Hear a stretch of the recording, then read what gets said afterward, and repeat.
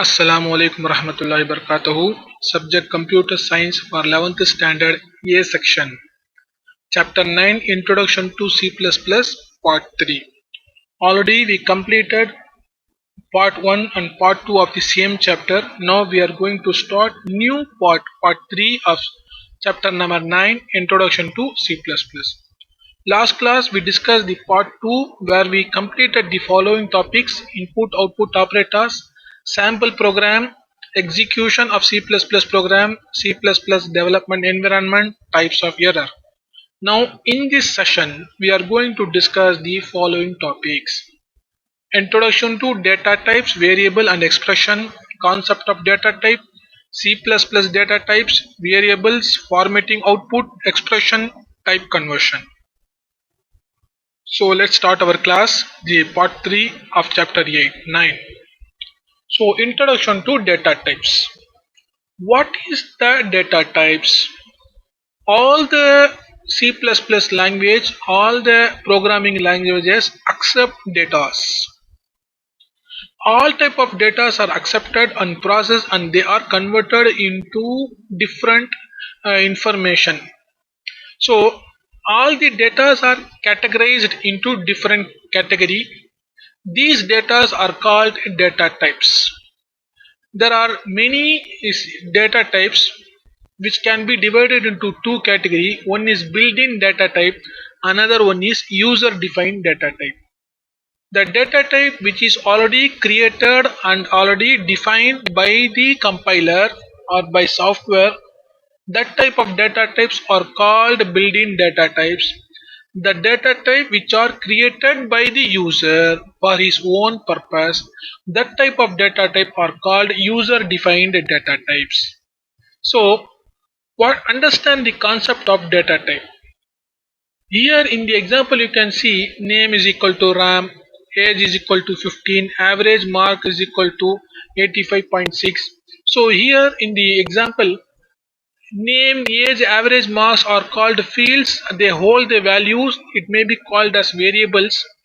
And RAM 1585.6 are the datas to the respective variables or fields. So in C++ program, these fields are called as variables and the values, that is RAM 15 and 85.6, are called datas. Here you can see there are three different types of datas in this example. RAM, which contains only alphabet. 1585.6, both are numbers but they are different numbers. 15 is the whole number because it doesn't contain uh, the precision value or decimal value or fraction value, where 85.6 contain the fraction number. Both are numbers, of course. 15, 85.6, both are numbers, but 15 is the whole number, 85.6 is the fraction number. So these numbers are not same according to C++ programming language. So how we can handle these datas? This is the basic question. For handling these datas, we should know the concept of data types. So C++ data types are classified into three categories: user-defined data types, fundamental data types, or built-in data types. Third one is derived data type. So user-defined data type like structure, union, class, enumeration. These four category comes under user-defined data types because by using this feature, user can create his own data type.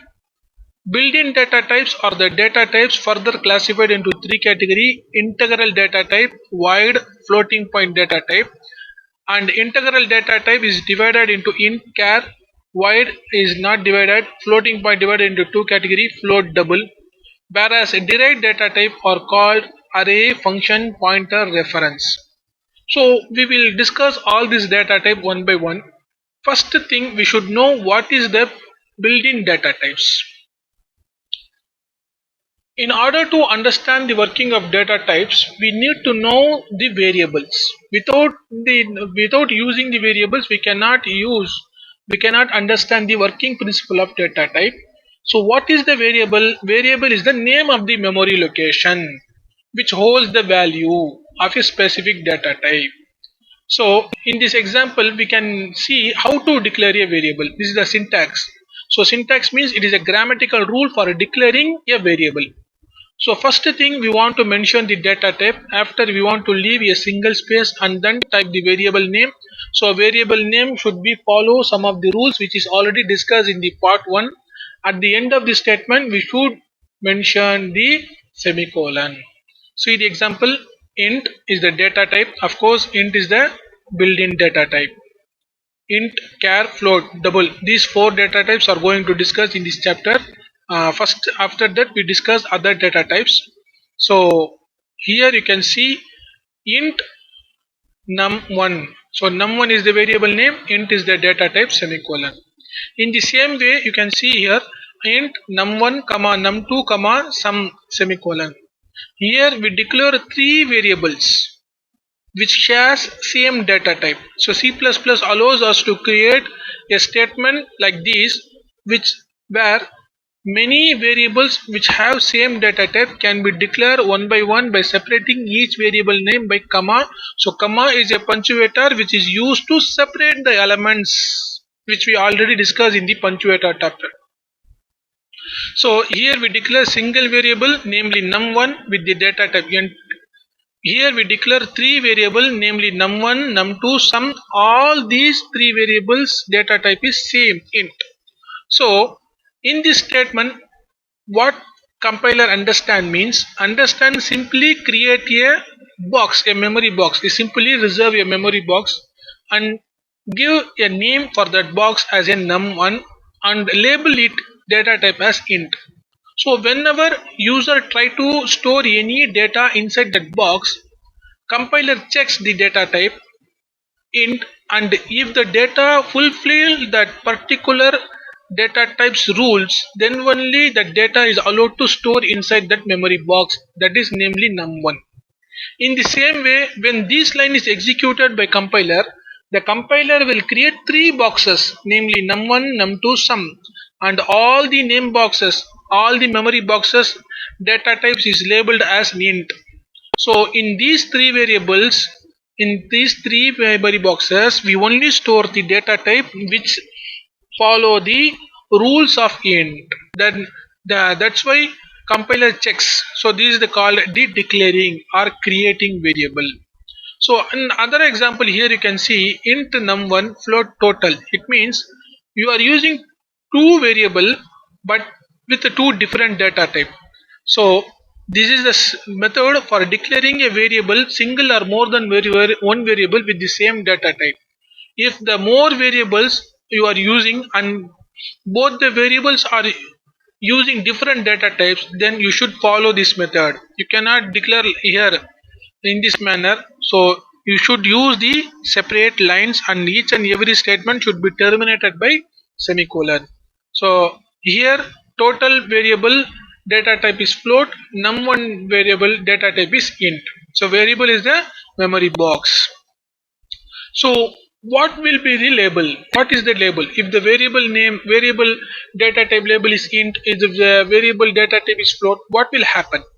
So consider a variable which we already discussed, num1, which data type is int. So in num1, the compiler accepts and returns only integer numbers. So C++ compiler allows storing only integer value into it. So whatever variable which data type is int, in that variable compiler will allow only to store integer value, that is the value without fraction part. That is only integer portion or whole number is accepted and stored inside that variable, which variable created with the data type int. So here in num1 only store the variable values of whole number. In this variable we cannot store alphabet, we cannot store number with fraction part. We can only store the numbers with a whole, that is without fraction part. So for example, if the data type is char, so char is also a built-in data type. So if the data type is char, then compiler accept only one character. The character should be in the ASCII character, a valid ASCII character, and that character only store inside that variable. Other datas are not stored inside this variable. So that character may be A to Z, small letter A to Z, capital letter A to Z, number 0 to 9, because number also character set in ASCII, symbols, but we cannot give more than one character in this variable because this data type is char. So the variables data type which have char cannot store more than one value and cannot store numbers with value. They can store only one character. That character should be in the ASCII list. Next one is the float data type. Float data type stores all the values between the integer and floating point also. So float data type accept the whole number as well as the number with fraction, but it cannot store characters, symbols, alphabets. So float data type stores only a number and a number with fraction part. Integer data type, that is int data type, store only a data with whole number. Float data type stores a number with fraction part or without fraction part. So there are some merits and demerits for this data type. So it can store integer as well as the greater range according to when we compare int data type, that is int is the integer data type. When you compare the integer and float data type, float can occupy a greater range of values, but integer have some limits which is lesser than float. Next, this float data type have also demerits. It takes more time for execution compared to int. So int have very limited range, whereas float have a larger range where it can store numbers with a whole number with a fraction and without fraction, but it takes more time for execution. But one thing is similar for integer and float data type is both the data type cannot store characters, that is alphabets or symbols. Next one is double data type. It is similar to float, but it is more memory space and slower than type of float. That is, the range of the double data type is higher than float. So it can store very large numbers and with very large fraction part. Compared to float data type, decimal data type will work for slower and it takes more memory spaces. So this is the fourth data type. Now we are going to discuss the fifth data type called wide data type. What is wide data type? This type is used to set an empty. There was no data type for any variable for any function. So for declaring that there was no data type for any variable, for there was no data, that it is a empty. For telling the compiler that this variable is empty, this function is empty. For giving a empty, we use the wide data type. So these five data types can be discussed in the program called 9.1, where we try to execute the five different data types one by one. So open the C++ dev C++ program which we already opened here. So open the file. For opening the existing file, go to the file menu, select open. So I already written this program 9.1. Simply type the file name and select this .cpp file. So .cpp file is the source file, .exe file is the executable file. So we should understand the cpp file. So when you open this cpp file, you can see there was another tab is open. Here you can see coding of C++ where we use different data types. So as per previous lesson, we know what is the rule, how to create a C++ program. So in first line there was a hash include iostream. This is the directive statement to include preprocessor iostream header file to our programming file. Next we use namespace standard. After that we create a in main function. Without main function we cannot write program. Within these braces, curly braces, we write this statement.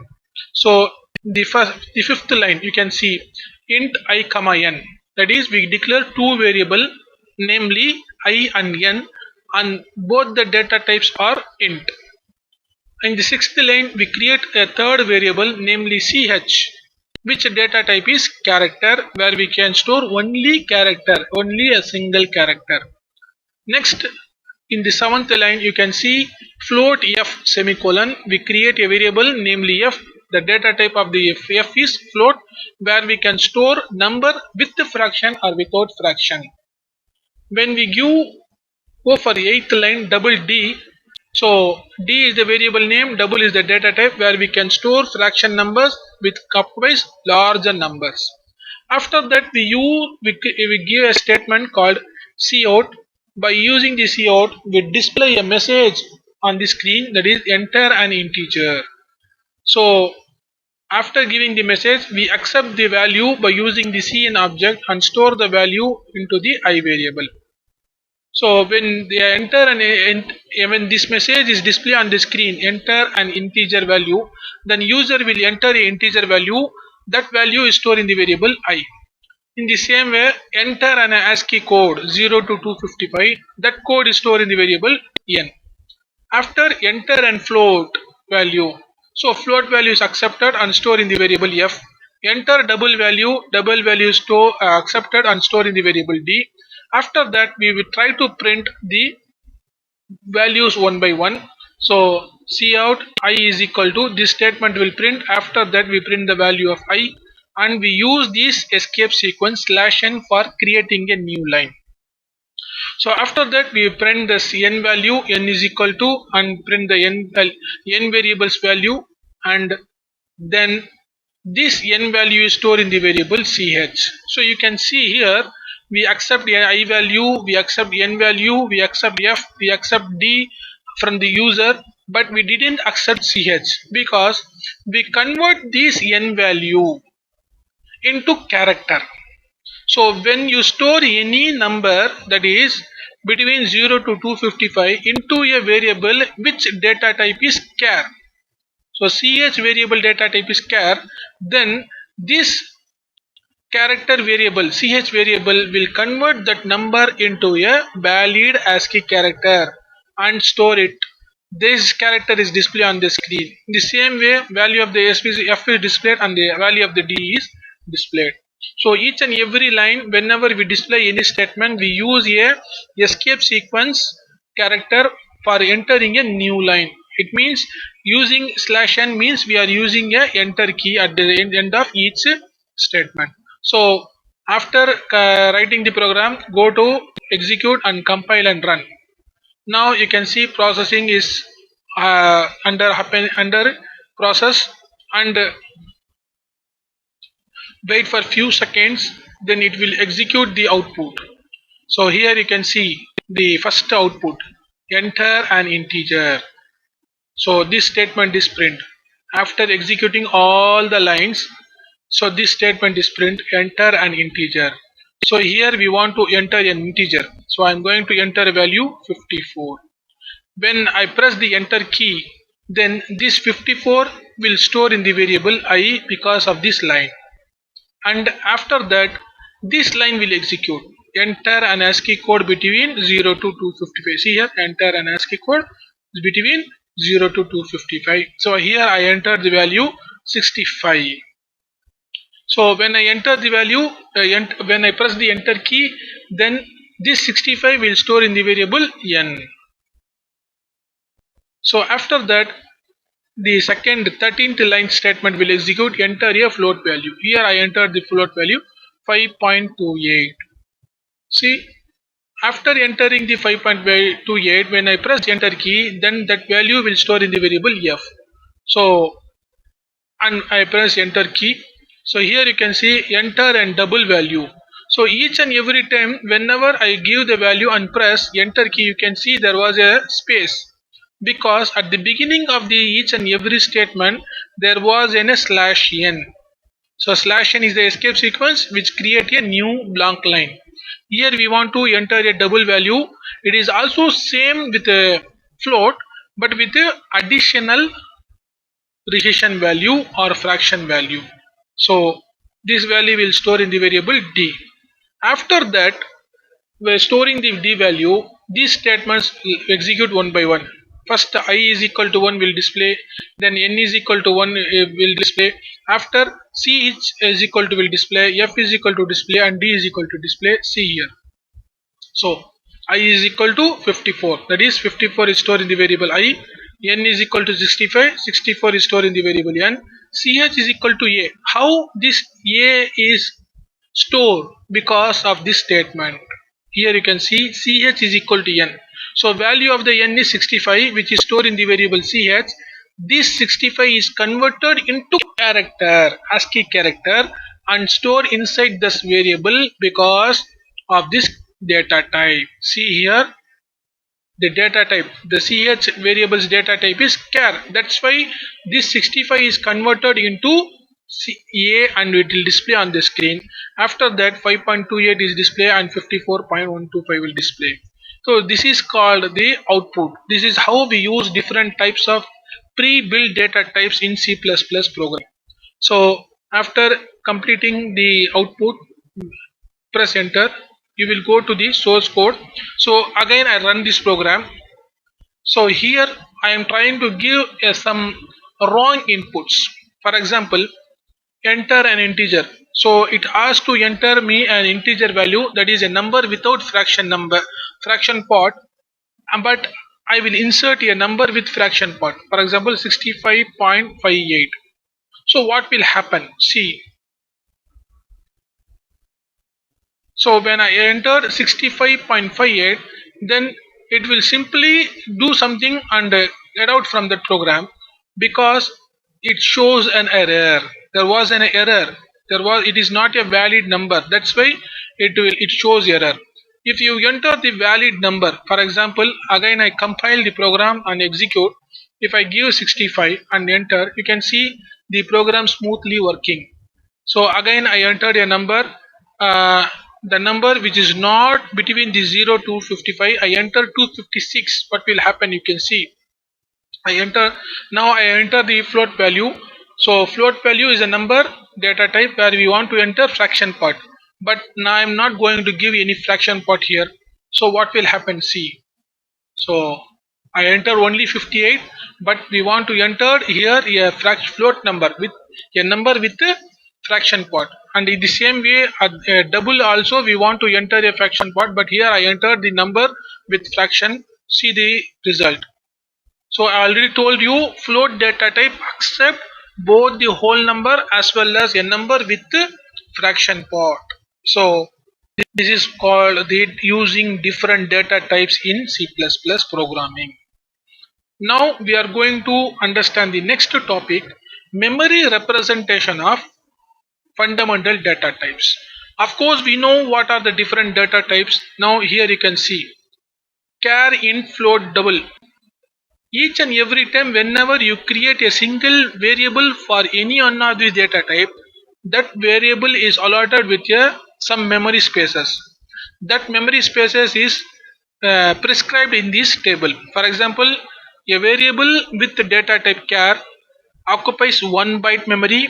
In bits we can say 8 bits, but the range of that value is -128 to -127. It means in this data type variable we can store only the numbers between 128 -128 to 127. It means C++ accept both the negative and positive numbers. Next one is that when you declare a variable with int, then that particular variable occupies 2 bytes of memory, that is 16 bit, and the range of that int data type is -32,000 to 768 to 32,767. That is between these two numbers we only give the numbers values inside that int variable. If you give any number outside of this range, then it will show error. Next one is the float, which occupies 4 bytes, that is 32 bit. So I already told you float occupies more memory compared to int, because of that which works slowly. And the same way double occupies more memory compared to float. Here you can see double data type occupies 8 bits. 8 bytes. So in bits we can say 32, and in for float, and 64 bits for double. This is the range for float and double. The highest range is double. So we will see more variables with the higher range of values in the next topic, that is the data type modifiers. What is data type modifiers? Modifiers are used to modify the storing capacity of a fundamental data type except void. So we already discussed this is the memory space, the default memory space for any built-in data type, but we can modify this space. How we can modify this space? By using a modifier. So for example, in data type can store only 2 bytes of data. Of course, this is memory location which we allotted to that data type, but we can modify that space, that data types variable. Some integer data may have more and may need to more space. In this situation, modifiers can be used to modify, expand or reduce. So here modifier refers to increasing or decreasing the memory allocation of the pre-built data type. So here we can increase or decrease. So the memory allocation of any fundamental data type, they are called also called as qualifiers. So here these the 4 qualifiers or modifiers, namely signed, unsigned, long, short. So we will see what will happen when we use these modifiers with the built-in data types at the time of declaring the variable. So this is the list of data types. So here short, it is same as int, it occupies 2 byte, it has same range of int. Unsigned int, it is just like integer but it occupies same 2 bytes, but here you cannot store negative numbers because it changes from 0 to 65,535. So in short we can save negative numbers, but in unsigned short we cannot store negative numbers. Signed short, an integer number with minus, so signed short. So this is also same to short, but we can also use unsigned short method also. Next one is int, which we already discussed. Unsigned int, a integer without sign, that is a number without a data type without a negative numbers. Next is signed int, a integer data type with signed numbers. So these are the different methods for using signed as well as unsigned int values. So we can use short, either we can use unsigned short, signed short, int, unsigned int, signed int. More or less all the data types are similar to some of them, but we can use in this method also. This is the important thing which we want to learn. So only int or only unsigned int or signed int is not here. We can also we also have short, unsigned short, signed short. So here short is the modifier. We change signed, unsigned. See, signed, unsigned, long, short. These are the modifiers which change the range. Because here we are using unsigned, that's why here we cannot use negative numbers. Here we are using signed, that's why we can use negative numbers. So these are called modifiers. In the same way, long is the one of the very longest data type, occupies 4 bytes, and range value is something like 2147 minus 2147 to 21474836. The same way unsigned long, it means here we cannot use negative numbers, that's why the range starts from 0 to 4294. Signed long, where we can use negative number also, it occupies 32 bits and 4 bytes. So in the same way, character, for character the default byte size is 1 byte, the range is 128 minus 128 to 127. Unsigned char we cannot use negative numbers. Signed char we can use negative numbers. In the same way, float, double, long double. So one of the biggest data type is long double. So it dramatically increase the fractional value space, and it occupies something around 80 bits for a single variable. For example, if you declare a single variable with the data type long double, then that single variable occupies 80 bits or 10 bytes of memory. So this memory are listed here in this tabular column, may vary depending upon the compiler. In this table you can see Turbo C and Dev C++ compilers are compared for each and every data type. more or less all the data types memory allocation for the variables are same, but here you can see in the long double turbo C++ compiler allocate 10 bytes, whereas dev C++ allocates 12 bytes. So in question, in examination, they may ask what is the memory size for long double in turbo C++. It means when they specify the compiler name, you should be very careful, because 12 is given here, 10 is given here, but when we are using a dev C++, that's why the memory occupation of the long double is 12 bytes, but in turbo C++, the memory occupation for long double is 10 bytes. So this is how we use the data types and modifiers, that is signed, unsigned, long and short. Now we are using the next concept called variables. Of course, we know what is variables. Variables is the memory location where we store values. Each and every variable should be declared with the name and the data type. So we already know this is the variables, but the symbolic representation of the variables are vary when technically talking. There are two types of values in variable. One is R value, another one is L value. R value is a data stored in a memory location. L value is the memory address in which the R value is stored. So we the technique when we are not technically we are not going to this level in this situation, in this point of learning, but in when we go for the higher studies, this L value will plays a very important role. So actually consider these boxes are memory boxes where we store different datas. These datas are stored by using the names of variable. So num2, num1 are the variable names where we store the datas 165. These datas are called R values, which are stored inside the memory. But computer will allocate each and every memory boxes with a specific unique number, unique value.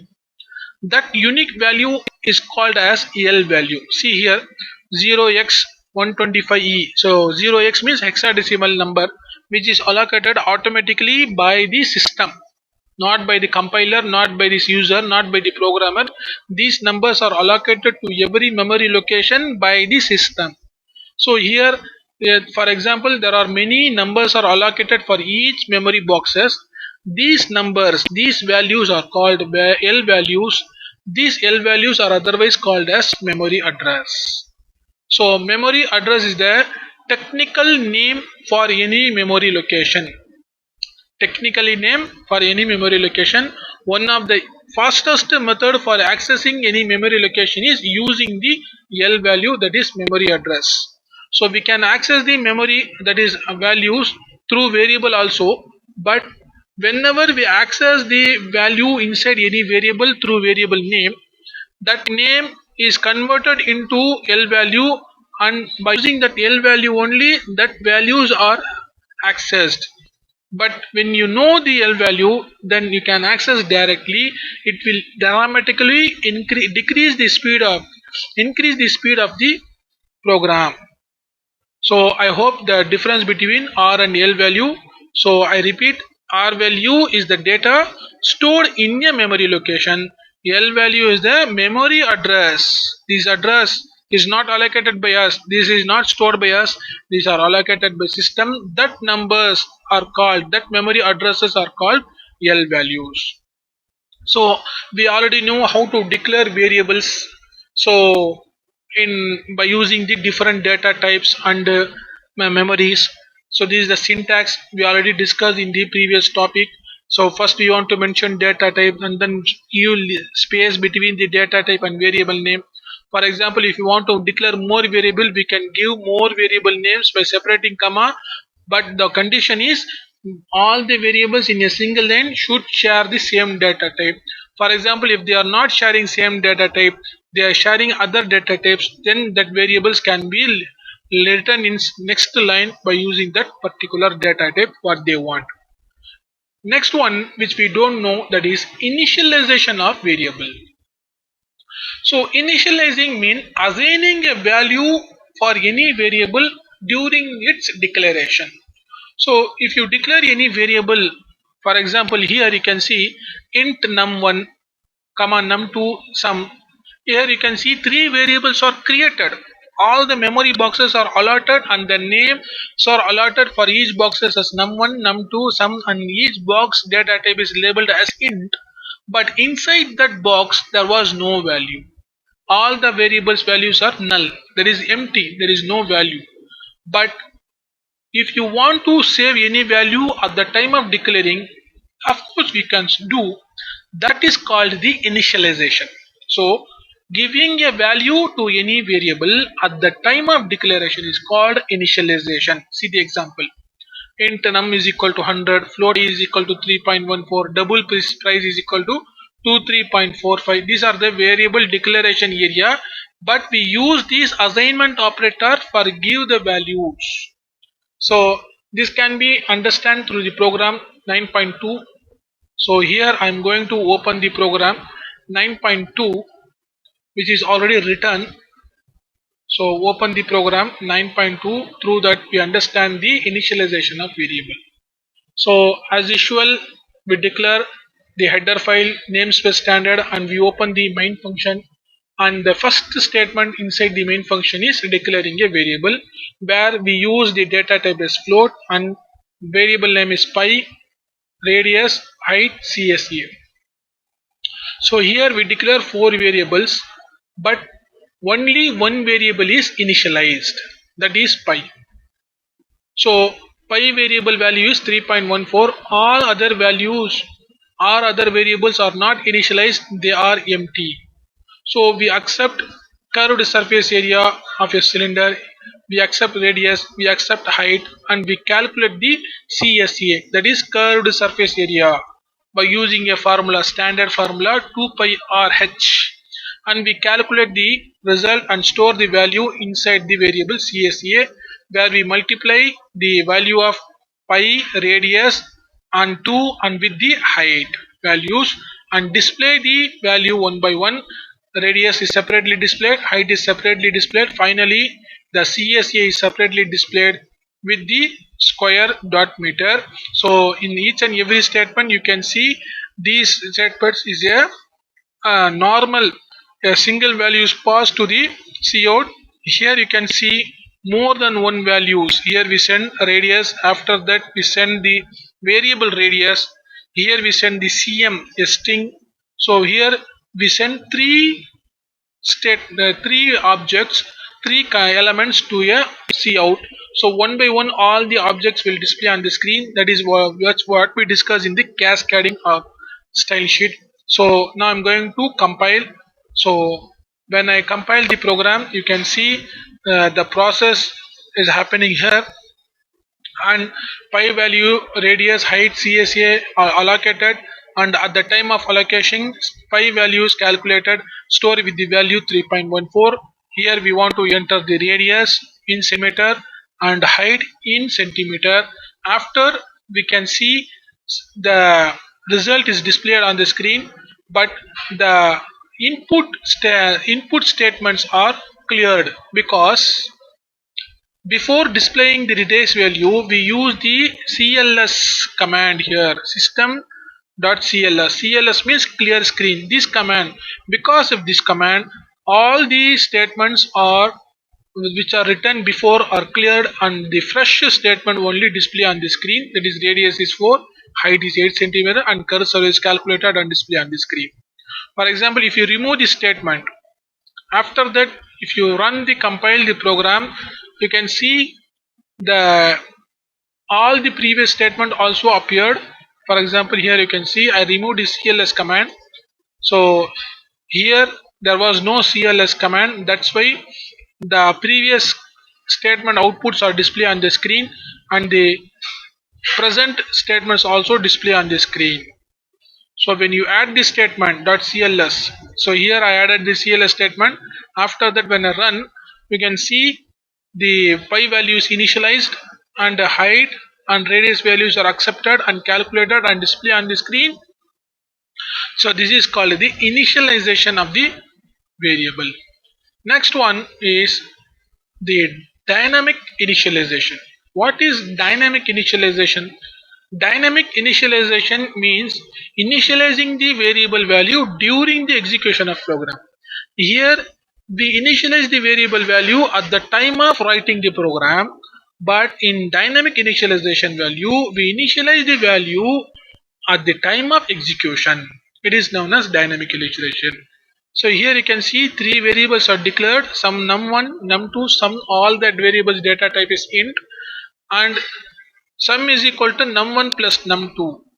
So here in this statement you can see when we declare some variable we add the values of num1 and num2 and we accept the num1 and num2 value at the time of execution and display. We can understand this dynamic initialization in 9.3. So open the dev C++ program file number 9.3 where we try to understand the dynamic initialization.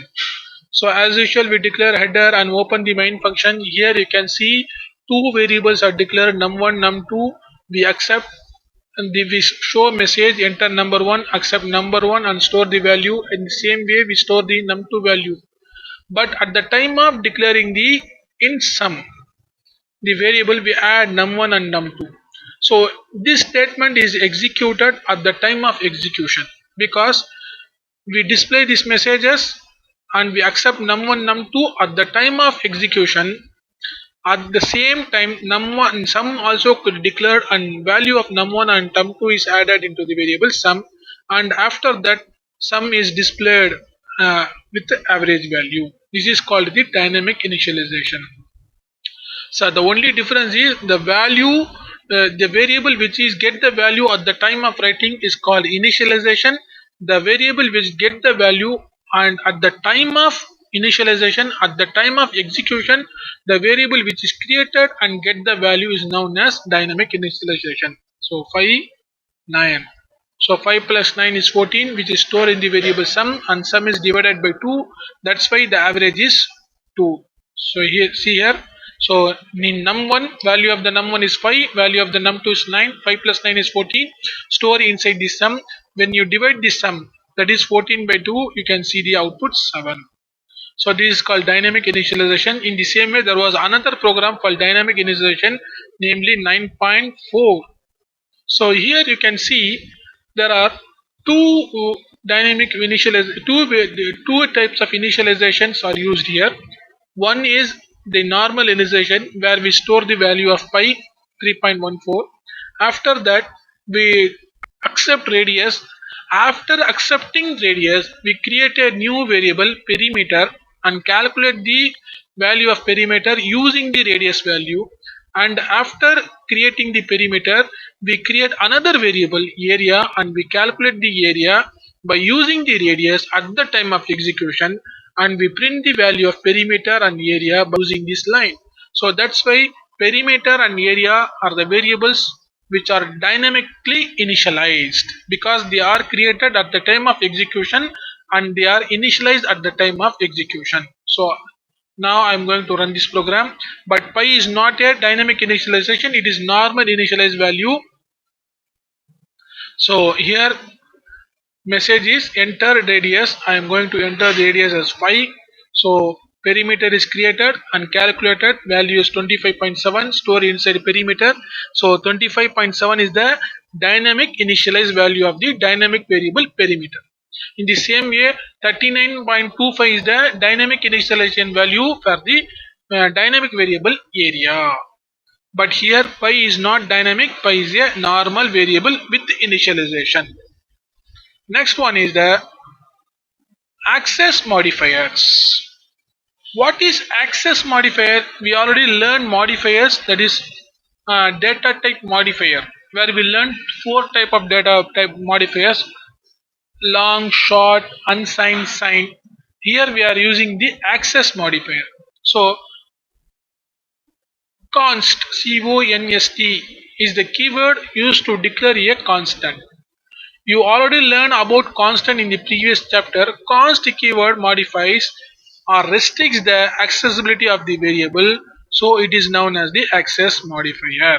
For example, here when you declare a variable and you initialize that variable with any value, Before that variable declaration data type name, if you add the word const, then that variable becomes constant and you cannot change the value. If you try to change the value, then it will show error. That is the concept here. Now we can understand that concept using example 9.5. So open the program 9.5.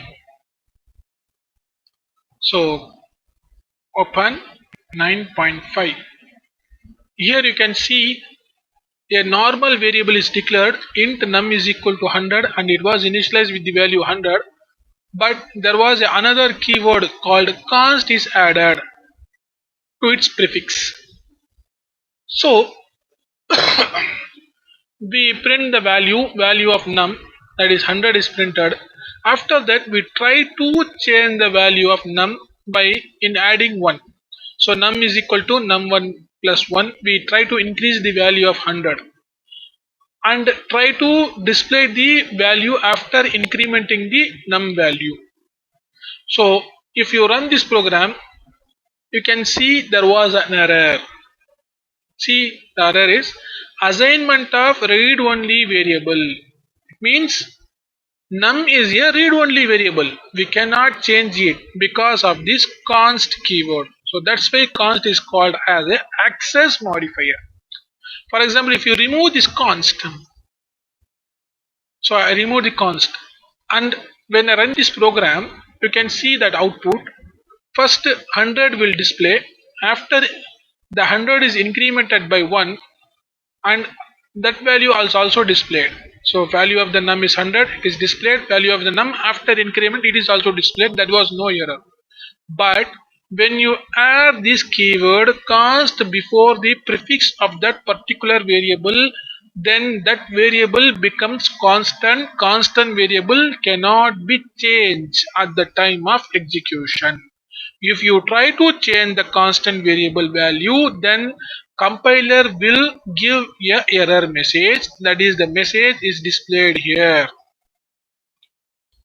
See, this is the concept called access modifier. Now we are going to see the next topic, reference. What is reference? Reference provides an alias. Alias means alternate for a previous defined variable.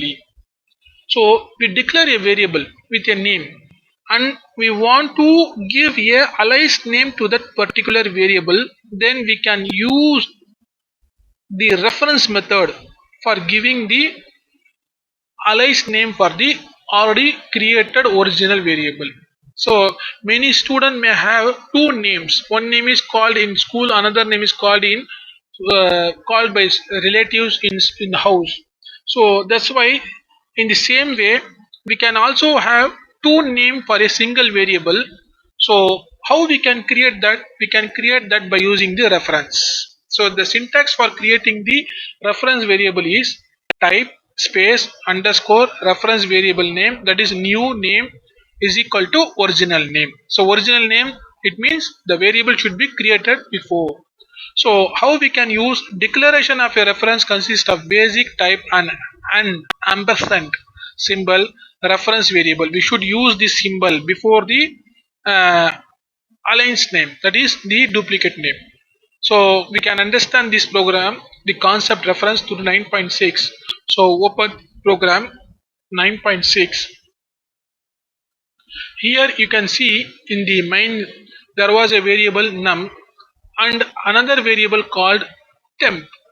So we add the symbol ampersand. This is the operator called reference operator which is used to create reference at ampersand temp is equal to num. So this is the original variable name, this is the alias name because ampersand is here. So this is the syntax which we discuss now. So as per syntax, what is the rule of declaring the syntax? We should type the data type, leave the space and type the ampersand symbol, type the reference variable name and use is equal operator and type the original name. That is the rule used here. So after that we add the value to the variable num and we try to display the values of num by using two names. One is original name, another one is duplicate name. So for a single variable, there are two names. One is num, the original name. Another one is tem, the alias name, which was created here by using the reference. Now when we run this program, you can see the output. The value of num 100, the value of tem is equal to 100. But when you change the variable name, for example here, if you try to change the variable name, uh, tem, so p is removed here. So for example, if you change the name, for example sum, and you run the program, you can see it will show error, that is sum was not declared. Here you cannot see the variable with the name sum. But when you use the temp, you can not see this error, because temp is declared, but it is not a separate variable, it is a reference to the original variable. This is the difference. So in this program you can see two variable names, one is num, another one is temp, but num and temp both are same, and there is only one variable. In technically talking, there is only one variable in this program, that is called num, which value is 100. But this is not a variable, it is not occupying any memory, it is just simply referring the another memory. Next one is the formatting output. So there are different functions, we can call it as a manipulators for formatting our outputs. We can see different outputs in command dash prompt. For that formatting we use different modifiers. C end L to create new line, set W to set the width of the field, that is the space for the field for the data uh, assigned for the output. And we can use set precision. These are the modifiers can be used for formatting our output. And we can also use a setf. So all these four modifiers are discussed here. First one is endl. Endl is a modifier used for creating new lines. Setw is used to determine the width for any data which is going to display on the screen. Set precision, it is used to define the precision value for any data, that may be fixed or scientific. So what is the difference between fixed and scientific? Fixed means it will display the data in the fixed pattern, and if you want to change that precision value into scientific, we can use this scientific. So this is the syntax. Set precision, within the parenthesis mention the number of digit. In the same way, set W, within the parenthesis number of characters we can mention. So now these formatting outputs can be discussed in this program 9.7.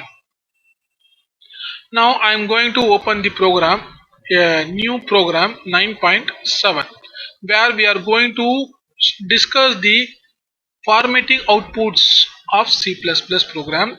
There are four formatting manipulators. These manipulators are inside the header file called IO_manip, which is added here.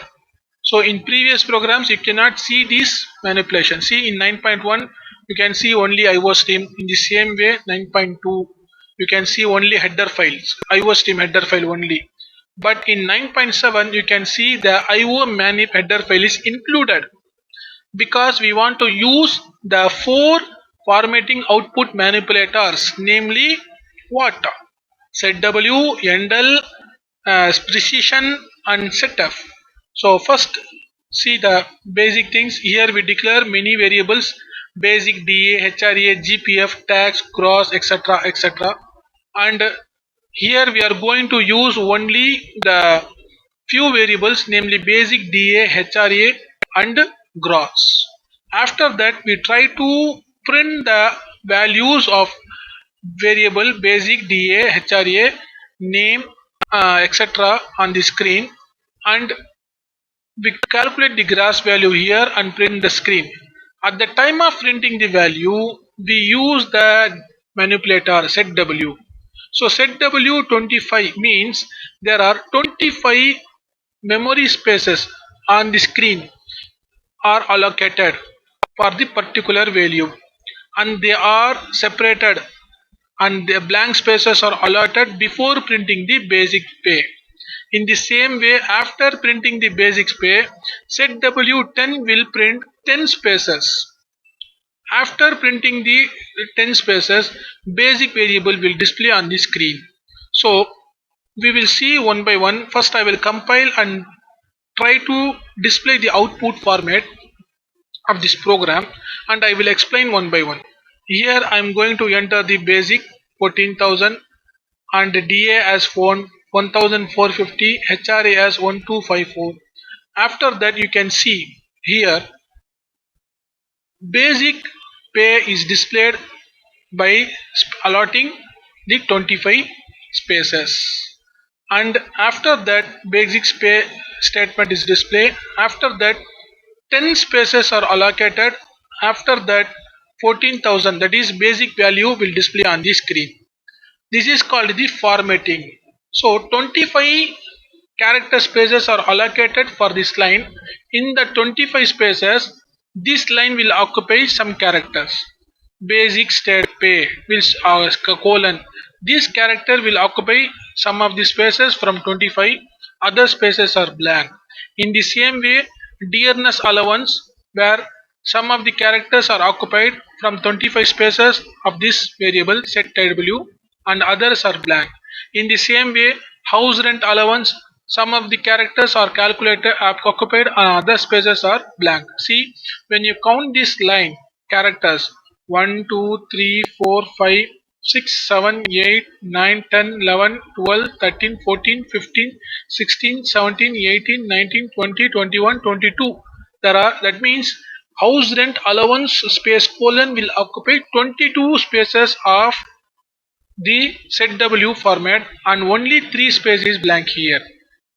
After that 10 spaces are allocated for printing the house rent HRA, but only 4 spaces occupied, all 6 spaces is blank. So all these statements are displayed by using set W and set 10. If you change this value, you can see the result. So now I am going to change the value of these basic variables. For example, I simply change it into set W into not 10. I am simply change into it uh, 7. So here you can see 7 spaces are allocated for each and every variable before printing the basic DA, HRA and gross value. When you compile, you can see the result. So I again compile the value, I enter the basic pay and DA, HRA. So here you can see the spaces are reduced to 7, from 10 to 7. In the same way, the other manipulators like endl, which is used here. Endl is the option for /n escape sequence, create a new line. This the same function was executed by endl also. This is the manipulator. If you want to use this manipulator, you should add the IO manip header file, but for /n there is no restriction for using this header file. So next one is the next manipulator set precision. So this is the group of statement where we discuss set W and endl. Now we are going to discuss the set precision. So consider this variable. Here a variable name is A, where we store a variable value with the fraction part and another variable with the b 0.1, and we try to print the value of A with precision 5. After that we try to print the value of B with the scientific by using setup function, and also use the setup function for using the printing the value of B with fixed. Now when you run this program, you can see these statements output also. So these statement outputs also already discussed. Now you look to check this variable. So value of A with the set precision 5. So value of the variable set precision 5, 1200.5, but the actual value is 1200.123. So only the 5 digits are displayed here because we used set precision as 5. So if you change this value, so if you change this 5 into 7, so then when you run this program, so enter the value, see the result 1200.123. All the values of variable value a is displayed on the screen. See 1200.123 because we use this set precision value as 7. So that's why we print the value, all the values, all the digits are printed. So there are something around 7 characters before and after of dot. So you can reduce or increase the precision value by using the set precision. Next one is a value of b with a scientific set precision. So value of the b is 0.1. You can display this 0.1 in scientific manner, scientific format. So for that printing that scientific format, you want to use this method cout dot set of ios double colon scientific and semicolon. After that you want to print the value with set precision value. Now here you can see that that value is printed in the form of scientific, that is it is converted into exponent form. In the same way, if you want to print the same content in fixed format, then you can use this method ios fixed and you can print the value. So here you can see the value, how the b value is printed in two different format. So actual b value is 0.1, but here you can see 1.00 e minus 001 as displayed here. Here 0.1 is displayed because we try to display the scientific format of that value. Here we try to print the scientific fixed value of that b value. So I hope you understand the concept. Now we are going to see the next concept called expressions. So what is expression? Expression is a combination of operator, constants, variables in a perfectly arranged manner, rules of C++. It may also include function calls which return value. An expression may consist of one or more operands and zero or more operators to produce a value. So there are 7 expressions in C++. Constant expression, this is the called constant expression. Only constant values, that is the value cannot be changed. Next, the integer expression, the combination of integer and character values and or variables with simple arithmetic operators. Floating expression, the combination of floating points where we calculate floating values and try to use the arithmetic operators to produce result. Relational expression where we use relational operator. Logical expression where we use logical operator. Here you can see we use relation operator, that is greater than is equal with arithmetic operators. Here we use logical operator as well as the relational operator. That's why this expression are called a logical expression. In the same way, bitwise operator, this is called bitwise operator, and pointer expressions. So these operators are not discussed here till we didn't learn this bitwise operator, pointer operator, but in the upcoming topics we will learn what is bitwise operator, pointer operators, but we know what is logical, relational, float, integer, constant operators, and the operators and their expression and their form of writing that particular statement with the combination of arithmetic operator are called expressions. That expression may be constant, integer, float, relational, logical, bitwise or pointer expressions. Now we are going to see the next topic, type conversion. What is type conversion? Converting any data type into another. It is called type conversion. So there are two types of conversion in C++. We can convert any integer data type into float. We can convert any double into integer. We can convert any integer into char. That is called a conversion, type conversion. There are two types of conversion. One is implicit conversion, another one is explicit conversion. Implicit conversion is also called as automatic conversion, is a conversion performed by the compiler without getting any command from the programmer. This type of conversion is applied usually whenever different data types are intermixed in an expression. If the type of the operands differ and the compiler converts one of them to match with other using rules that the smaller type is converted to wider type. So this is the rule followed by implicit conversion, where smaller range data types can be converted into bigger data type. It means integer can be converted into float. Float can be converted into double. Double can be converted into long data type. But the reverse process is not allowed here in implicit. That means the smaller data type variables can be converted into bigger. So this is the simple logic which can be implemented automatically when we use mixed expression, intermixed expression of different data types.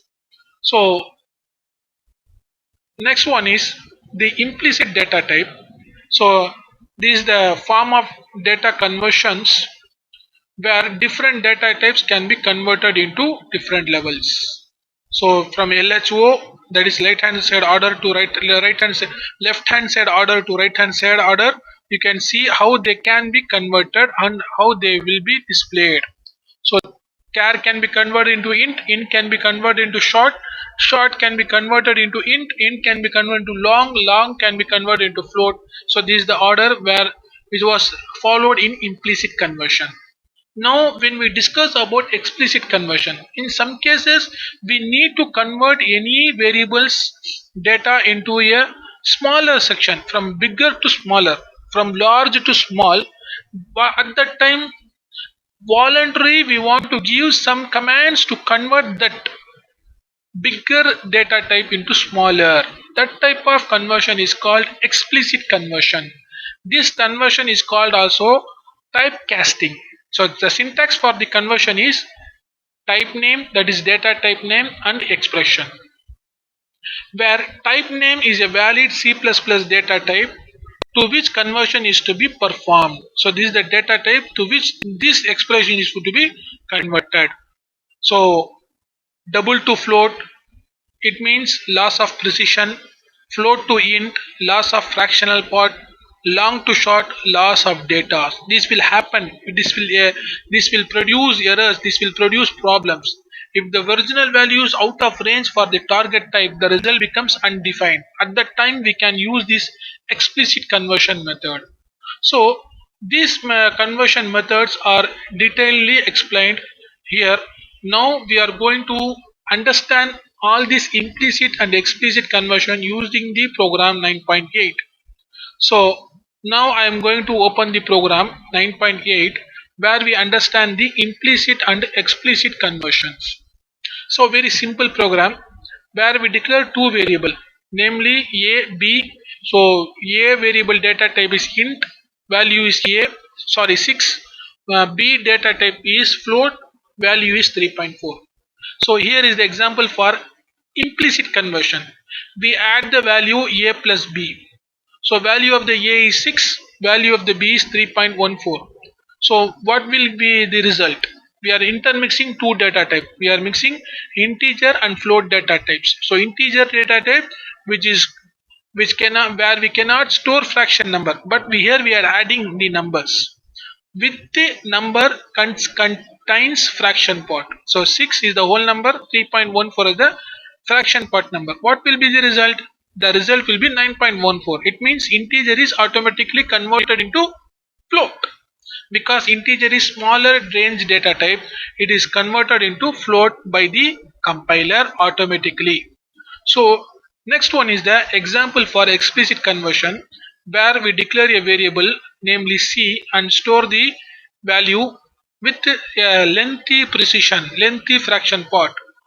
And when we try to convert this double data type into float, so the rule for explicit conversion is within the bracket we want to mention the data type which you want to convert.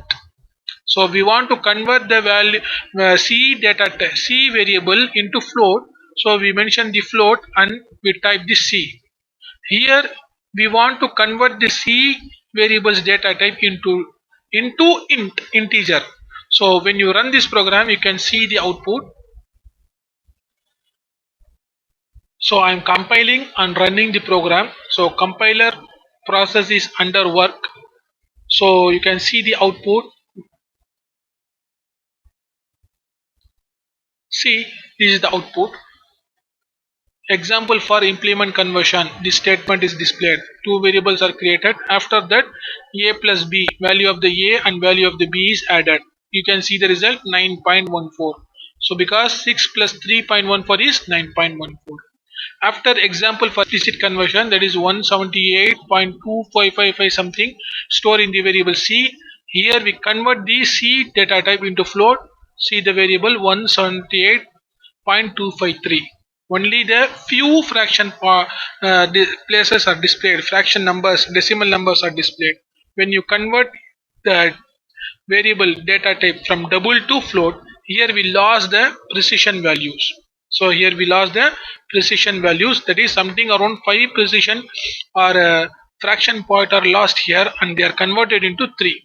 So when we convert the same d variable which is declared in double, but we convert it into int, then only we get the whole number, that is the 178 we only displayed here, and whole fraction part is lost because of explicit conversion. This is the problem arise when we convert any data type in higher position, higher range, and converted into lower range. This type of conversion is called explicit conversion. So I hope you understand this concept. This is the end of this lesson. So try all the practical exercise of your book back exercise, and if you have any doubt, contact me through WhatsApp. Clear all your doubts, submit your assignments. Thank you. Assalamu alaikum.